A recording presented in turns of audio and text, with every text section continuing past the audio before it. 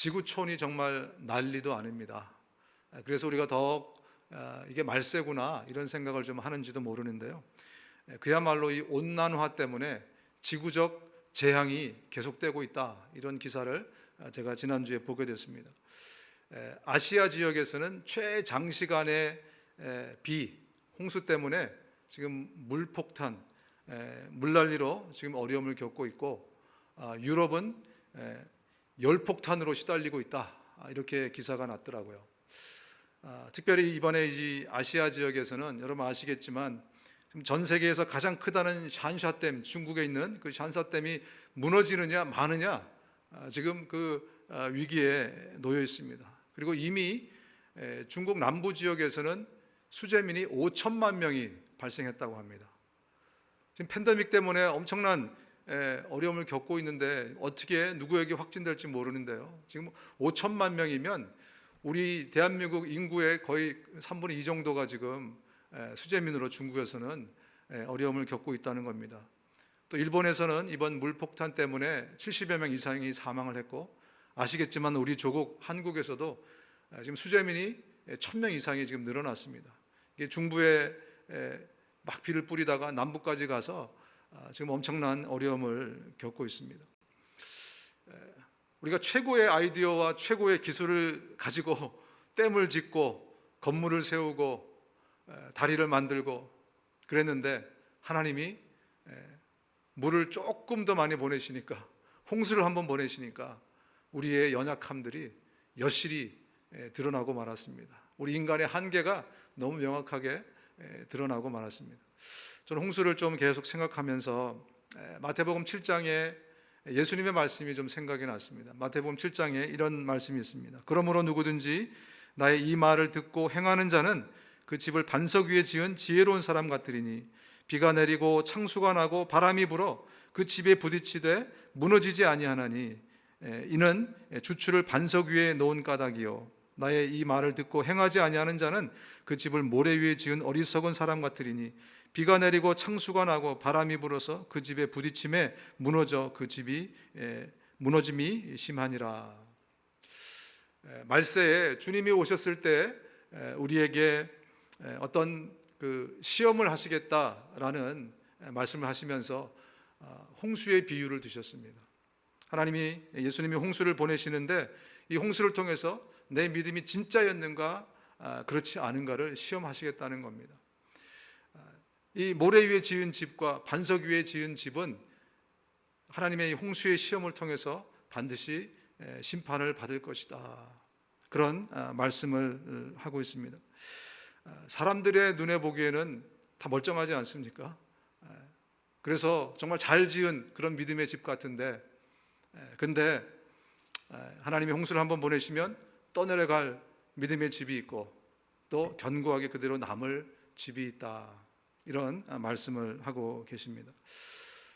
저는 오늘 이 본문의 말씀을 통해서 우리의 믿음의 파운데이션을 한번 확인해 보려고 합니다. 우리가 정말 제대로 된 파운데이션에서 우리의 믿음을 짓고 있는가?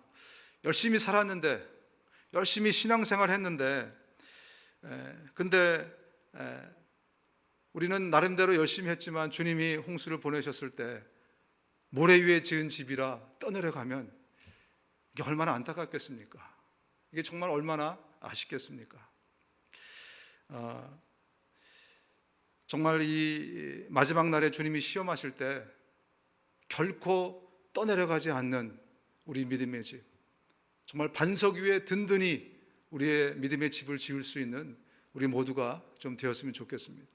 그러기 위해서 여러분들에게 내가 늘 내 자신에게 물어봐야 될 3가지 질문을 오늘 좀 나누려고 합니다. 이 3가지 질문은 늘 내 자신에게 수시로 항상 질문을 해야 될 질문들입니다. 그래서 내가 정말 견고한 이 파운데이션 위에 내 믿음의 집을 짓고 있나, 이것들이 점검되고 확인될 수 있는 그런 시간이 좀 되었으면 좋겠습니다. 제일 먼저 우리가 확인해야 될 질문은 예수만이 나의 생명인가? 이 질문을 우리가 늘 내 자신에게 해야 됩니다. 생명줄을 늘 확인하셔야 됩니다. 본문으로 돌아가서 42절을 읽겠습니다. 그들이 사도의 가르침을 받아 서로 교제하고 떡을 떼며 오로지 기도하기를 힘쓰니라. 오늘 본문의 사람들은요, 집에 갈 생각을 안 하고 지금 함께 모여서 자기의 생업을 완전히 포기하고 뭘 하고 있습니까? 하나님의 말씀 듣고 교제하고 기도하고 이 일에 지금 전념하고 있다, 이렇게 본문이 기록을 하고 있습니다. 베드로의 설교를 듣고 회개가 일어납니다. 그리고 침례를 받고 또 성령을 선물로 받습니다. 그리고 나타난 결과가 뭐냐면 내 생업을 다 내려놓고 주님 앞으로 나가서 주의 말씀에 귀를 기울이고 함께 떡을 떼고 교제하고 그리고 기도에 집중하더라. 어떻게 이렇게 삶이 하루아침에 바뀔 수 있는가? 특별히 여기 모인 사람들은 대부분 한 가정의 가장이지 않겠습니까? 그렇다면 뭘 해야 되죠? 가서 돈 벌어야 되죠. 그죠? 가서 돈 벌어야 되는데 하루아침에 이렇게 사람들이 변했습니다. 어떻게 이렇게 변할 수 있을까? 왜냐하면 이들은 처음으로 영적 세계의 신비를 깨달았기 때문에 그렇습니다. 그전에는 이 내 육체의 목숨, 내 육신의 생명이 다인 줄 알고 살아가고 있었는데 이제 영적인 눈을 떠서 보니까 이게 아니구나. 내 진짜 생명은 이 육체의 생명이 아니라 내 영의 생명이 진짜구나. 이거를 깨닫게 되는 것입니다. 그래서 육체의 생명을 유지하기 위해서 돈 벌러 나가는 것보다 더 중요한 게 뭐겠습니까? 나의 진짜 생명, 영의 생명을 채우기 위해서 이들은 집에 가지 않고 여기에 모여서 기도와 말씀과 교제 가운데 푹 잠기게 되었다는 것입니다. 여러분, 우리의 영의 생명은 어디로부터 오는 겁니까? 우리의 영은 뭘 먹고 살게 되죠? 우리의 영의 생명의 근원은 어디입니까? 하나님께서 이스라엘 백성들을요, 하나님의 백성으로 만들기 위해서 출애굽을 시킵니다. 그래서 그들을 출애굽시켜서 광야로 데리고 갑니다.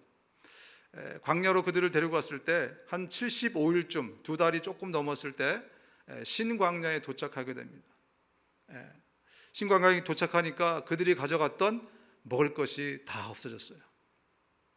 하나님이 그들에게 가장 중요한 처음 레슨을 주십니다. 이제 하나님의 사람들이 무엇을 먹고 살아야 될지에 대해서 하나님께서 레슨을 주십니다. 이 신광야에 도착하니까 음식이 떨어지니까 백성들이 아우성치잖아요. 우리에게 먹을 걸 주십시오. 왜 우리를 여기서 굶겨 죽이려고 합니까? 저기 이집트에서 잘 먹고 잘 살고 있었는데 왜 여기 와서 우리를 배고프게 하십니까? 막 아우성치자 하나님이 이렇게 말씀하십니다. 그때 여호와께서 모세에게 이르시되 보라, 내가 너희를 위하여 하늘에서 양식을 비같이 내리리니 백성이 나가서 일용할 것을 날마다 거둘 것이라. 하나님이 만나라는 것을 그들에게 처음으로 주시게 됩니다. 만나가 뭔가요? 만나가 뭐죠? 과일입니까? 야채입니까? 아니면 곡물입니까? 성경에 보니까 유일하게 만나의 디스크립션이 딱 한 군데 나와 있습니다. 까치같이 희고 맛은 꿀 섞은 과자 같았더라. 이게 만나에 대한 묘사의 전부입니다. 도대체 만나가 뭡니까? 만나는 다시 말하면 지상에 없는 것이다, 이렇게 말씀하고 있는 거예요. 만나는 이 세상에 없는 것이다. 왜? 하늘의 양식이기 때문에. 그래서 이거는 곡물도 야채도 그 어느 것도 아닌 그 형태를 가지고 있다, 이렇게 성경이 묘사하고 있습니다. 이스라엘 백성들이 그때부터 만나를 먹기 시작합니다. 만나를 계속 언제까지 먹냐면 한 2년 정도를 먹었어요. 2년 정도를 먹고 이제 하나님께서 이제 가데스 바네아로 이스라엘 백성들을 데리고 가서 거기서 이제 가나안 땅으로 직접 이스라엘 백성들을 집어넣으시려고 이제 출발을 준비하셨습니다. 그런데 그때 사고가 벌어졌습니다. 2년 2개월이 조금 지났을 때 어떤 일이 발생하냐면 이스라엘 백성들이 하나님, 이제는 더 이상 만나를 못 먹겠습니다. 우리에게 예전에 먹던 음식을 다시 주십시오. 다시 말하면 우리는 하늘의 양식이고 뭐고 이제 필요 없어요. 우리에게 세상 음식을 좀 주십시오. 특별히 고기를 좀 주십시오. 이렇게 이스라엘 백성들이 하나님 앞에 컴플레인하기 시작합니다. 그래서 하나님이 그들에게 메추라기를 주십니다. 근데 문제가 뭐냐면요, 하나님이 메추라기를 주시는 건 좋은데 바로 이 일 때문에 하나님이 진노하셨습니다. 이 컴플레인을 하나님이 굉장히 시리어스하게 테이크하셨습니다. 민수기 11장 33절에 보면 이렇게 말씀합니다. 고기가 아직 그들의 이 사이에서 씹히기도 전에 주님께서 백성에게 크게 진노하셨다. 주님께서는 백성을 극심한 재앙으로 치셨다. 아마 이 재앙은 전염병인지 모르겠습니다. 하나님께서 왜 이렇게 진노하셨을까? 왜 이렇게 재앙까지 내리셔야만 했을까? 그 해답이 신명기 8장에 나와 있습니다. 신명기 8장 3절입니다. 너를 낮추시며 너를 줄이게 하시며 또 너도 알지 못하며 네 조상들도 알지 못하던 만나를 너에게 먹이신 것은 사람이 떡으로만 사는 것이 아니요 여호와의 입에서 나오는 모든 말씀으로 사는 줄을 너에게 알게 하려 하심이라. 그야말로 요즘 유행하는 말처럼 하나님은, 우리 아버지는 다 계획이 있으셨습니다. 어떤 계획이 있으셨냐? 하나님의 백성은 밥이 생명의 근원이 아니고 하나님의 말씀이 생명의 근원이라는 것을 만나를 통해서 가르쳐 주실 그런 계획이 있으셨던 것입니다. 그런데 어떻습니까? 이스라엘 백성들이 이 레슨을 거부합니다. 이제 하나님의 백성이고 뭐고 우리는 세상으로 돌아가서 세상 음식 먹고 이렇게 우리는 그렇게 살겠습니다 라고 컴플레인을 한 것입니다. 여러분, 만나를 번역하면 만나의 뜻이 뭔지 혹시 아십니까? 만나를 번역하면 만나는 영어로는 What is it? What is this? 이게 뭡니까? 이런 뜻이에요. 도대체 정체불명의 것이기 때문에 이름 자체를 그렇게 지었습니다. What is it? 이게 뭐지? 이게 만나의 번역입니다. 이게 무엇인지 예수님이 우리들에게 아주 클리어하게 가르쳐 주고 계십니다. 요한복음 6장입니다. 모세가 너희에게 하늘로부터 떡을 준 것이 아니라 내 아버지께서 너희에게 하늘로부터 참떡을 주시나니 하나님의 떡은 하늘에서 내려 세상에 생명을 주는 것이니라. 그들이 이르되 주여 이 떡을 항상 우리에게 주소서. 예수께서 이르시되 나는 생명의 떡이니 내게 오는 자는 결코 줄이지 아니할 터이요 나를 믿는 자는 영원히 목마르지 아니하리라. What is it? 만나가 뭐라고요? 예수 그리스도, 그분 자신이 만나인 것을 스스로 밝히셨습니다. 우리가 먹어야 될 생명의 떡은, 그 만나는 바로 예수 그리스도라는 것을 예수님이 우리에게 가르쳐 주셨습니다. 그러면서 말씀하십니다. 내게로 오라. 너희들은 내게 와야 나를 먹고 생명을 유지할 수가 있다. 내 말을 믿어라. 내 말을 듣고 그 말대로 살아야 너희가 살 수 있다. 이 말씀을 하고 계신 것입니다. 성경 여러 군데에서도 예수님이 우리의 생명의 근원이라는 것을 말씀합니다. 여러분은 생명의 근원이 되시는 주님을 죽였습니다. 그러나 하나님께서는 그를 죽은 사람들 가운데서 살리셨습니다.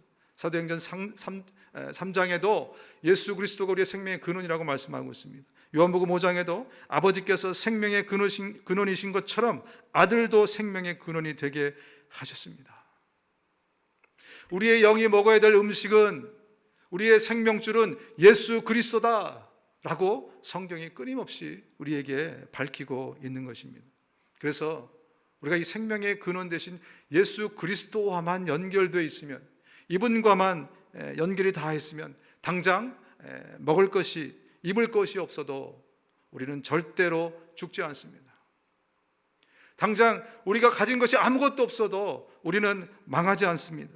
만약에 예수 그리스도가 우리의 생명의 근원이라면 아무리 어려운 환경에, 곤란한 지경에, 비참한 그런 지경에 있어도 우리는 망하지 않을 것이라는 겁니다. 왜냐하면 예수 그리스도가 우리 생명의 근원이시고 우리는 그 생명의 근원과 연결되어 있기 때문에 우리의 영적인 삶, 우리의 육적인 삶은 반드시 그분으로 인하여 생명이 풍성하게 될 것이라는 것입니다.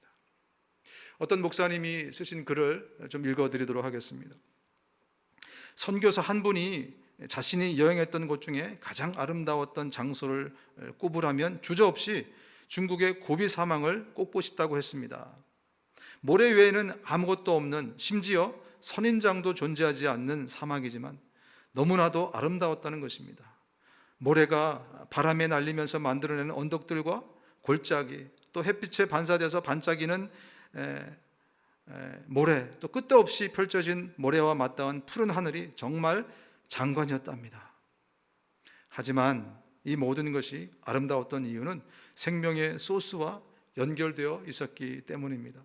손에는 물병이 있었고 가이드가 함께 있었고 무엇보다도 돌아가서 쉴 수 있는 숙소가 있었기 때문입니다. 만약에 비행기가 불시착해서 그곳에 내렸다면 그곳은 죽음의 장소였을 것입니다. 무슨 말입니까? 생명에 연결되어 있었기 때문에 아무리 거친 사막일지라도 그것이 아름답고 천국 같은 에덴 같은 곳이 될 수 있다는 것입니다. 여러분, 물을 마시기 위해서 우리가 우물가를 가야 되듯이 우리의 영의 본질의 생명을 채우기 위해서는 예수 그리스도께 가까이 가야 합니다.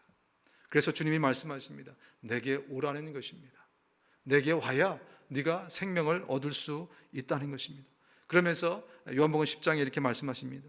내가 온 것은 양으로 생명을 얻게 하고 또 풍성히 얻게 하려는 것이라. 생명의 근원 되신 예수님이 우리에게 생명을 주시되 그 생명을 풍성히 주시겠다는 것입니다. 생명을 얻는 것도 중요하지만 생명은요, 풍성히 얻어야만 됩니다. 생명이 있는 것 같지만 죽은 생명들이 많이 있기 때문에 그렇습니다. 겉으로 볼 때는 생명이 있는 것 같지만 거의 죽은 거나 다름없는 생명이 많이 있기 때문에 그렇습니다. 이 인공호흡기를 끼고 있는 사람들을 보십시오. 어떻습니까? 그 사람을 정말 살아있다고 우리가 말할 수 있겠습니까? 그런데 안타깝게도 많은 그리스도인들이 예수를 통해서 생명을 얻었는데 그 생명이 풍성하지 못해서 거의 죽은 것과 다름없는 그런 신앙생활, 그런 삶을 살아가고 있는 사람이 얼마나 많은지 모릅니다. 그래서 우리는 예수만이 나의 생명인가 이것을 늘 확인하고 살아야 됩니다. 예수를 인해서 내 생명이 지금 풍성한 상태에 있는가, 이것들이, 이 파운데이션이 늘 확인되지 않으면 우리는 어쩌면 모래 위에다 집을 지으면서 거의 죽은 상태로 나도 모르게 살아가는, 주일날 예배 드린다고 내가 헌신하고 헌금하고 여러 가지 봉사하고 한다고 착각에 빠져서 내가 잘 살고 있지라고 생각할 수 있다는 것입니다. 또한 여러분, 혹시 내 삶이 괴롭거나 힘들거나 어렵습니까? 돈이 없어서 그런 것 같은데, 문제 해결이 잘 안 돼서 그런 것 같은데, 사실 깊이 따지고 보면 여러분, 생명이 부족해서 그렇습니다. 진짜 나에게 생명을 주시는 예수 그리스도, 그분의 참 생명이 내 안에 가득하지 못하기 때문에 내 삶이 괴롭습니다. 내 삶이 정말 어려운 지경에 놓일 수 있습니다.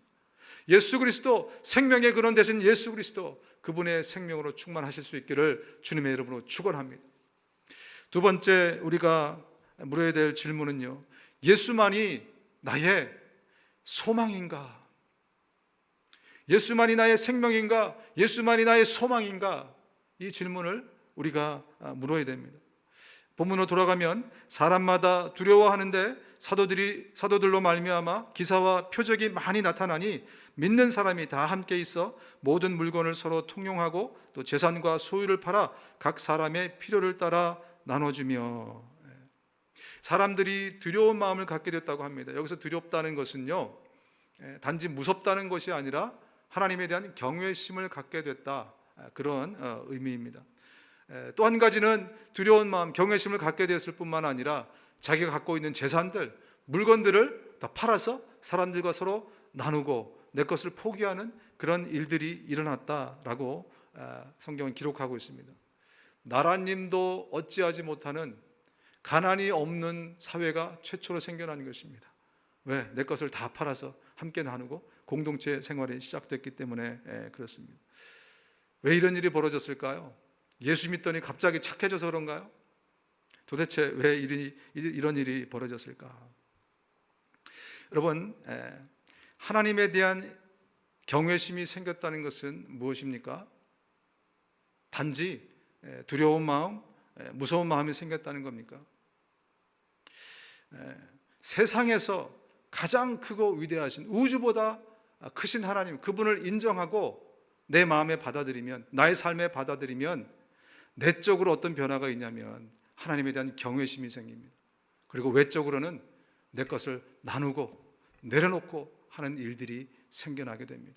우주보다 크신 그 하나님을 인정하고 그 하나님을 내 안에 받아들이면 자연스럽게 나타나는 현상입니다. 왜냐하면 우리의 소망의 대상이 바뀌기 때문에 그렇습니다. 우리의 소망의 대상이 돈에서 하나님으로 바뀌기 때문에 그렇습니다. 우리 소망의 대상이 물질에서, 소유에서 하나님을 소유하는 하나님의 것으로 바뀌기 때문에 그렇습니다. 그러니까 자연스럽게 우리 안에서 나눔의 삶이라는 것들이 일어나게 되는 것입니다.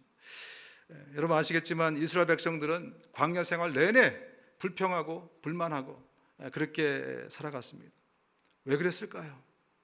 그들의 소망이 뭐였냐면, 그들의 소망은 적과 꿀이 흐르는 가나안 땅이 그들의 소망이었어요. 이스라엘 백성들이 계속해서 컴플레인한 이유는 그들의 소망이 저 적과 꿀이 흐르는 그 가나안 땅, 그래서 천국 같은 그곳에 들어가서 편안하게 행복하게 사는 것이 그들의 소망이었기 때문에 그렇습니다. 그러니까 조금만 불편해도 불평이 나오는 겁니다. 조금만 모자란다고 생각해도 거기서 불만이 나오게 되었던 것입니다. 여러분, 세상의 것을, 세상을 소망 삼으면 반드시 나타나는 현상이 불평과 불만입니다. 세상의 것을 소망 삼았을 때는 반드시 불평과 불만이 나오게 되어 있는 것입니다. 우리의 신앙생활도 마찬가지입니다. 우리의 신앙생활도 복 받으려고, 행복하려고 신앙생활 하게 되면요, 그것이 우리의 소망이면 반드시 이스라엘 백성들이 맺었던 열매를 똑같이 맺게 되어 있습니다. 우리가 처음에는 그렇게 시작했을지 모르겠습니다. 그런데 계속해서 그것이 우리의 소망으로 우리의 신앙생활이 거기에 목적에 맞춰져 있다면 우리는 반드시 신앙생활하면서 하나님께 혹은 교우들에게 여러 가지 면에서 불평과 불만을 늘어놓게 되어 있다는 것입니다. 우리의 소망은 하나님이 되셔야 됩니다. 하나님이 주실 행복이 아닌 하나님이 되셔야 됩니다. 우리 출애굽기 26장에 하나님께서 이스라엘 백성들에게 성막을 만드시라고 이렇게 말씀하십니다. 이것은요, 그야말로 요즘 젊은 사람들 얘기대로 대박 사건, 정말 대박 사건입니다.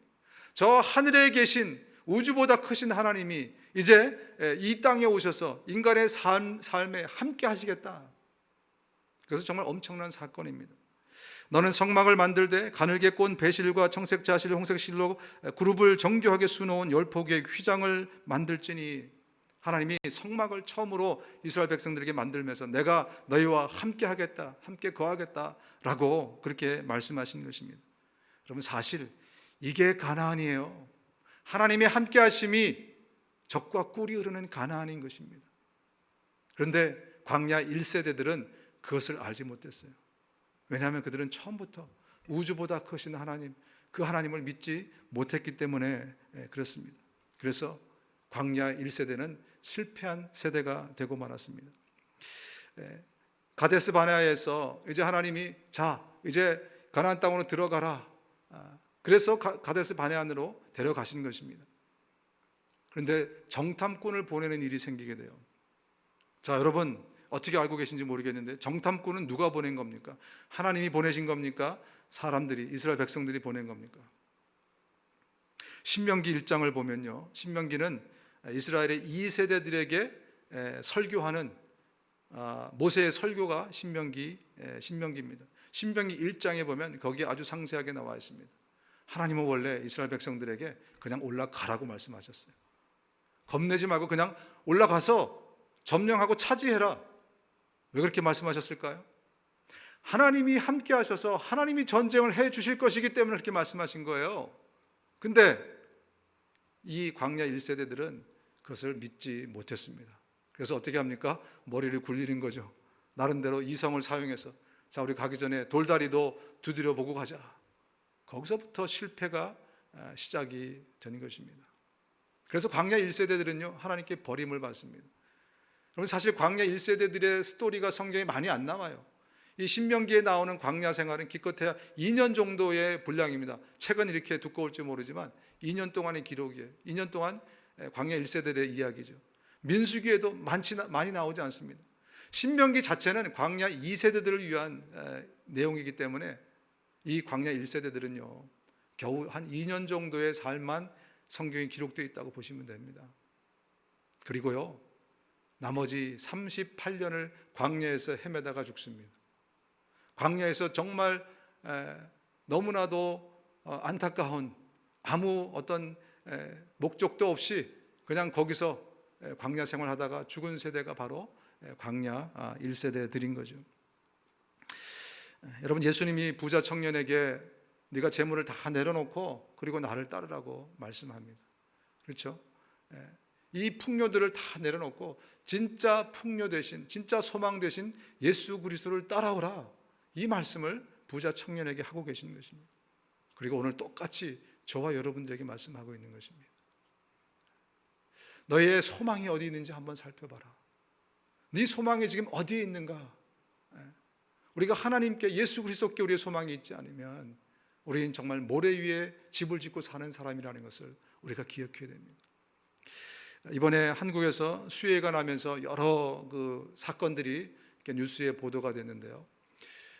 참 안타까운 일들이 여러 가지가 있더라고요. 가평에서 이 펜션이 산사태로 무너져서 일가족 3명이 죽었다, 이 소식을 여러분 들으셨을 겁니다. 나중에 알고 보니까 할머니, 그다음에 딸, 그다음에 손자가 이렇게 한꺼번에 변을 당했는데, 저희와 같은 이민한 사람들이었더라고요. 뉴질랜드에서 이민하다가 이제 한국으로 다시 역이민해서 돌아와서 펜션을 지었는데 진짜 뷰가 가장 좋은 그런 지역에다 지었다고 합니다. 그리고 호젓하게 먼저 살다가, 할머니가 살다가 또 딸을 데려오고 그다음에 손자가 와서 같이 살고 있었는데 이런 변을 당했습니다. 참 얼마나 안타까운지 모르겠어요. 그동안 정말 고생 많이 했는데. 또 한 가지 안타까운 소식은요, 충남 금산이 인삼으로 유명하지 않습니까? 금산. 이번에 이 재해가 나면서 이 뚝방이 무너진 거예요. 그러면서 물이 막 들이치면서 7년 동안 공들여서 인삼을 재배했는데 이게 한꺼번에 다 날아갔습니다. 제가 알기로 6년 정도 되면 굉장히 이게 효과가 있다, 효능이 있는 인삼이다, 그렇게 들었는데 이제 딱 2달 남겨놓고, 7년째가 돼서 2달 남겨놓고 이거를 거둬들이려고 했는데 홍수 때문에 이런 변을 당해서 눈물로 인터뷰를 하는 걸 보면서 정말 안타깝다, 이런 생각이 좀 들었습니다.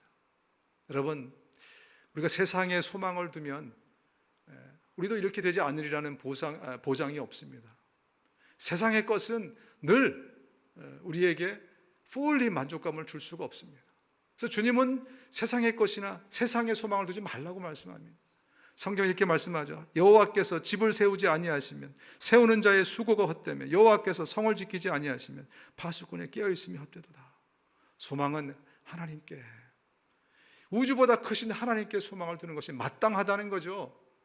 그것이 지혜라는 것입니다. 그 후에 본즉 내 손으로 한 모든 일과 수고한 모든 수고가 다 헛되어 바람을 잡으려는 것이며 해 아래서 무익한 것이로다. 솔로몬의 고백입니다. 세상에 소망을 두면 다 헛되고 헛되는 것이 될 수 있다는 것입니다. 정말 가슴 벅찬 삶을 살고 싶습니까? 정말 늘 만족과 감격으로 살고 싶습니까? 그렇다면 소망의 대상을 바꾸십시오. 나도 모르게 바뀌어져 있는 이 소망의 대상을 다시 틀어서 우리 하나님께, 예수 그리스도께로만 우리의 소망을 둘 수 있기를 주님의 이름으로 축원합니다. 마지막 한 가지 질문입니다. 예수가 나의 기쁨인가? 예수가 나의 생명인가? 예수가 나의 소망인가? 예수가 나의 기쁨인가?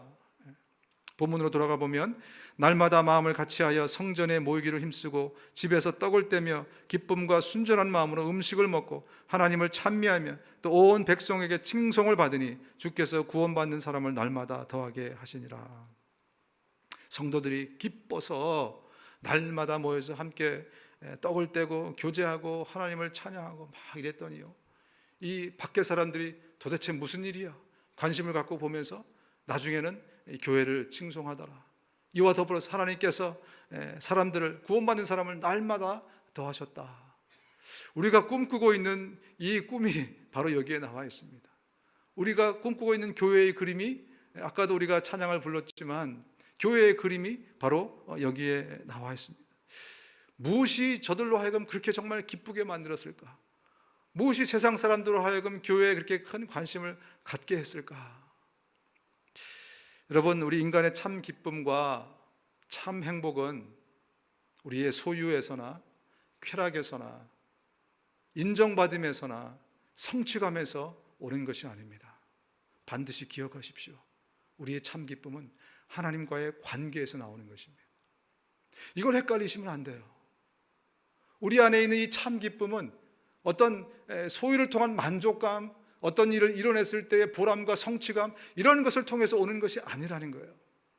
성경에서 우리에게 말씀해 주시는 우리 인간의 참 기쁨은 하나님과의 관계에서 나온다는 것입니다. 그것이 우리를 참으로 만족시키고 참 기쁘게 한다는 것입니다. 여러분, 첫사랑을 기억하지 않습니까? 주님과 처음 만났을 때의 그 첫사랑, 여태까지 그 첫사랑의 기쁨보다 더 큰 기쁨이 여러분 가운데 있으셨습니까? 그때는 정말 아무것도 없어도, 뭔가 내가 소유하지 못해도, 남들이 날 알아주지 않아도 얼마나 큰 기쁨과 감격과 행복감 가운데 우리가 살았습니까? 왜 그런지 아세요? 그때 처음으로 하나님과 연결이 됐기 때문에 그래요. 기쁨의 행복의 근원 되신 그분과 처음 연결이 됐기 때문에 그때는 아무것이 없어도 주님 만난 것만으로도 우리가 정말 날아갈 듯한 그런 기쁨과 감격 속에서 계속해서 살았던 것입니다.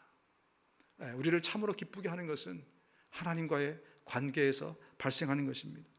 주님께서 내 마음에 안겨주신 기쁨은 햇곡식과 새 포도주가 풍성할 때 누리는 기쁨보다 더 큽니다. 시편 기자가 이렇게 고백하고 있지 않습니까? 그 어떤 소유, 여러분이 무슨 페라리를 산다든지 $1,000,000 집을 산다든지, 이것이 안겨줄 수 없는 더 큰 기쁨은 하나님과의 관계에서 주님이 내게 안겨주실 때 그 기쁨을 누릴 수 있다. 내 안에 기쁨이 사라진 이유가 무엇입니까? 바로 여기에서 원인을 찾으셔야 돼요. 하나님과의 관계에서 그 원인을 찾으셔야 됩니다. 요즘 나를 기쁘게 하는 것은 무엇인가 한번 살펴볼 필요가 있습니다. 드라마가 여러분을 기쁘게 하고 있습니까? 이 팬데믹 기간 가운데 영화가 여러분들의 기쁨이십니까? 여러분의 취미 생활, 그 어떤 소유, 돈이 좀 많이 벌려서 무엇이 여러분을 지금 기쁘게 하고 있습니까? 이 모든 것들은 우리에게 참된 기쁨을 줄 수가 없으므로 우리가 다시 한번 우리 기쁨의 근원을 확인할 필요가 있습니다. 그럼 2000년이 지났는데요, 오늘도 우리가 초대교회와 아주 비슷한 일을 하고 있지 않습니까? 함께 모여서 찬양하고 경배하고 떡을 떼고 목장 모임하면서 근데 왜 세상 사람들은 우리에게 관심이 없을까요? 오히려 칭송하기보다 욕하고 돌아설까요? 이것이 문제가 아니겠습니까? 여러분, 우리가 가난했던 시절에는요, 우리가 잘 되는 것, 우리가 성공하는 것, 우리가 어떤 하여튼 잘 뭔가를 이루는 것, 이게 사람들로 하여금 하나님께 관심을 갖게 만드는 요소였습니다. 우리가 가난했을 때는요. 그래서 심지어 우리는 이렇게 기도했어요. 하나님, 내가 가난하고 없으면 하나님께 영광이 안 됩니다. 하나님, 날 부자 만들어 주세요. 그래야 하나님께 영광되지 않겠습니까? 심지어 우리는 그런 기도를 했습니다. 여러분, 세상이 한참 바뀌었습니다. 지금 우리가 성공했다고 해서, 소위 우리가 복받았다고 해서, 물질적으로 뭔가 풍성한다고 해서 세상 사람들이 그것 때문에 하나님께 관심을 갖는 그런 시대가 아닙니다, 여러분. 오히려 질투합니다. 오히려 그냥 시기할 뿐이고, 아니면 착한 사람들은 부럽다, 이 정도지, 그것이 하나님께로 그들의 관심의 시선을 돌릴 수 있는 요소가 아닙니다. 오히려 그들은요, 세상에 없는 하나님께로부터만 나오는 그것 때문에 하나님께, 교회에, 우리들에게 관심을 갖게 됩니다. 특별히 고난 중에 있을 때 정말 다 망하고 쫄딱 망하고 아무것도 없는데 여전히 하나님을 찬양해? 여전히 감사해? 그런 것들이 세상 사람들로 하여금 우리의 삶에 하나님께 집중하고 주목하게 만드는 겁니다. 그래서 오히려 우리의 삶에서, 우리가 고난 중에, 우리가 아픔을 겪고 있을 때 우리의 진짜 믿음을, 하나님과 우리가 그 관계 속에서 연결되어 있다면요, 세상에 줄 수 없는 평안이, 기쁨이 늘 우리 삶에 넘쳐나게 되어 있습니다. No matter what, 어떠한 상황에 우리가 처하든지 간에 기쁨의 소스와 연결이 되어 있기 때문에, 그래서 우리가 힘들지만 감사가 나오는 거예요. 어렵지만 찬양이 우리 입술에서 나오게 되는 겁니다. 그래서 늘 우리는 나의 기쁨의 소스와 연결이 제대로 되어 있는가, 하나님과의 관계가 제대로 정립되어 있는가, 이것을 살필 필요가 있다는 겁니다. 여러분, 기도 응답, 기도 응답을 받고 싶습니다. 그죠? 우리가 기도하고 있는 대부분의 것들, 우리가 기도 응답이 됐다고 해서 하나님과 우리의 관계가 깊은가, 이것도 한번 점검해 볼 필요가 있다고 저는 생각합니다. 우리가 소원하는 것, 우리가 정말 갖고 싶은 것, 우리가 되기 원하는 것 기도하지 않습니까? 그래서 하나님이 응답해 주시면, 아, 나는 하나님과 관계가 깊어서 하나님이 응답해 주시는구나 라고 착각할 수 있습니다. 여러분, 우리 부모는요, 아버지는요, 엄마는요, 자식하고 관계가 안 좋을 때도 밥 줍니다. 그죠? 용돈도 줍니다. 정말 이 자식을 정말 미운데, 관계가 너무 안 좋은데, 너무 부모 말 안 듣고 완전 떨어져서 정말, 그런데 아빠, 나 지금 돈이 떨어졌어. 예? 여러분 주실 거예요, 안 주실 거예요? 주십니다. 하나님이 우리의 아버지세요. 하나님하고 관계가 좋지 않더라도요, 기도응답 주실 수 있습니다. 저는 그렇게 봅니다. 왜? 우리 아버지시기 때문에, 당장 필요한 거기 때문에 하나님이 주실 수 있습니다. 그렇다고 우리가 착각을 일으키면 안 된다는 겁니다. 그래서 나는 정말 냉철하게 내가 하나님과 얼마나 깊은 관계에 있는가, 기쁨의 소스와 늘 정말 맞닿아 있고 연결되어 있는가, 혹시 다른 속이는 그 어떤 것들이 착각을 불러일으키진 않은가, 이것을 늘 확인할 필요가 있다고 생각합니다. 여러분의 취미가, 세상의 그 어떤 것이, 물질이, 어떤 소유가 여러분을 기쁘게 하고 있다면, 오늘 이 시간 이 말씀을 들으면서 다시 한번 내 자신을 점검하고 나의 파운데이션을 점검하면서 나의 기쁨의 소스와 하나님과 제대로 깊은 관계 가운데, 예수 그리스도와 깊은 관계에 연결되어 있는 나를 점검할 수 있는 이 귀한 시간 될 수 있기를 주님의 이름으로 축원합니다.